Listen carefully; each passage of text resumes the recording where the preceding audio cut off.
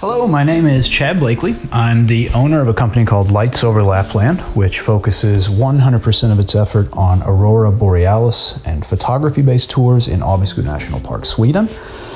We base all of our activities out of Abisko due to the simple fact that Abisko is located in one of the best places on the planet to see the northern lights and has a well-earned reputation for having more clear skies than any other destination on the planet, directly underneath the Aurora Oval, which makes it fantastic as a place to visit to see the northern lights and, of course, to photograph the Aurora Borealis. Now that we are getting closer to winter and the aurora season has started again, it's quite natural for people all over the planet to want to know how to photograph the northern lights, and that's what I'm here to talk about today.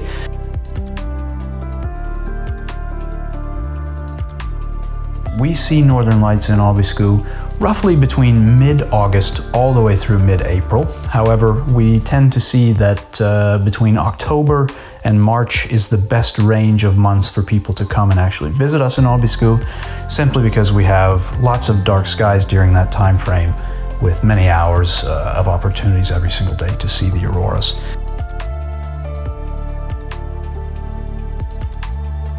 We always recommend that you use, as a very minimum, a digital SLR camera that has the ability to manually set all of your settings on the camera, including exposure, including ISO, and of course focus.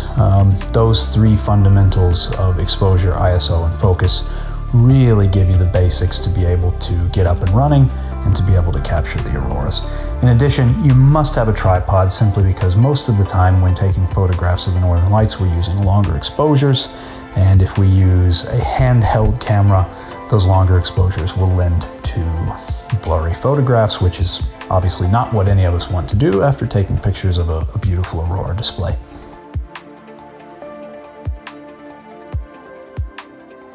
So we always recommend that you use the maximum aperture or the widest setting on your lens to be able to absorb the most light. Generally, you want to have a lens which has got a maximum aperture and f-stop of 3.5 or faster. Of course, if you can get to a 2.8 or a 1.8 or even a 1.4 aperture lens, that's really going to increase the absorption rate by the sensor of the light.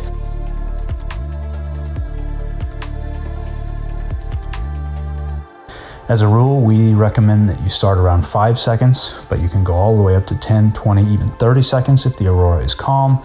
But if the aurora is moving really quickly and you have an intense corona overhead, your shutter speed could be as short as even 1 second and still get really nice pictures.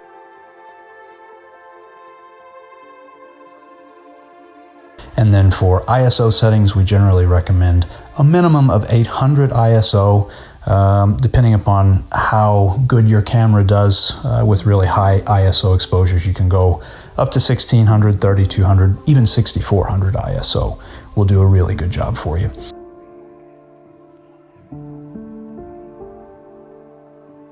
We generally recommend that you put the camera on manual focus and find a star or a light or something far away in the distance, usually 30 or 40 meters away will do the job. You digitally zoom in on the back of your camera so that you can really see that object that you're focusing in on perfectly.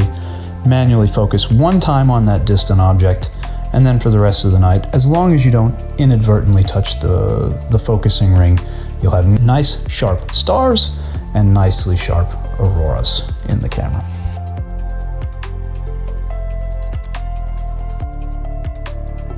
I think there are quite a few common pitfalls that people make. Number one, a lot of people really overexpose their aurora images. It looks great on the back of the camera when you're looking at the LCD screen out in the dark, but when you get home, you can often find that your colors, the greens and the reds, can be overexposed. Really think long and hard about exactly how bright you want the aurora to look, and start with an exposure of 5 or 10 seconds.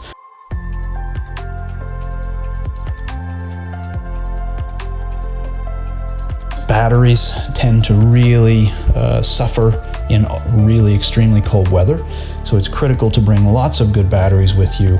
I generally recommend 3 or 4 batteries on a night when it's 15 or 20 degrees below zero.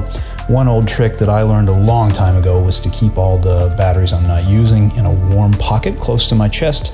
That way my ambient body temperature, body heat can keep those batteries going throughout the night. That way they're ready when you need them. An insider tip would be to take the dead batteries and put them in a separate pocket near your chest, and that ambient heat can actually bring them back to life.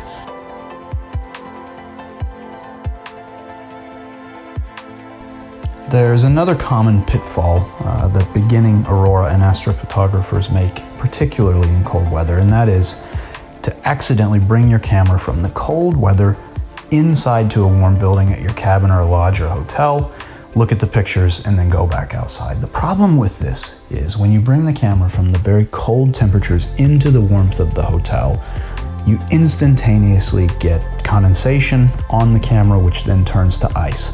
What we generally do is we either leave our camera inside of our camera bag when we come inside, because then the condensation will actually form on the outside of the bag rather than the camera. And if the auroras kick back up later in the evening, as they often do, you can still run back outside and then take your camera out of the bag outside, and you avoid condensation.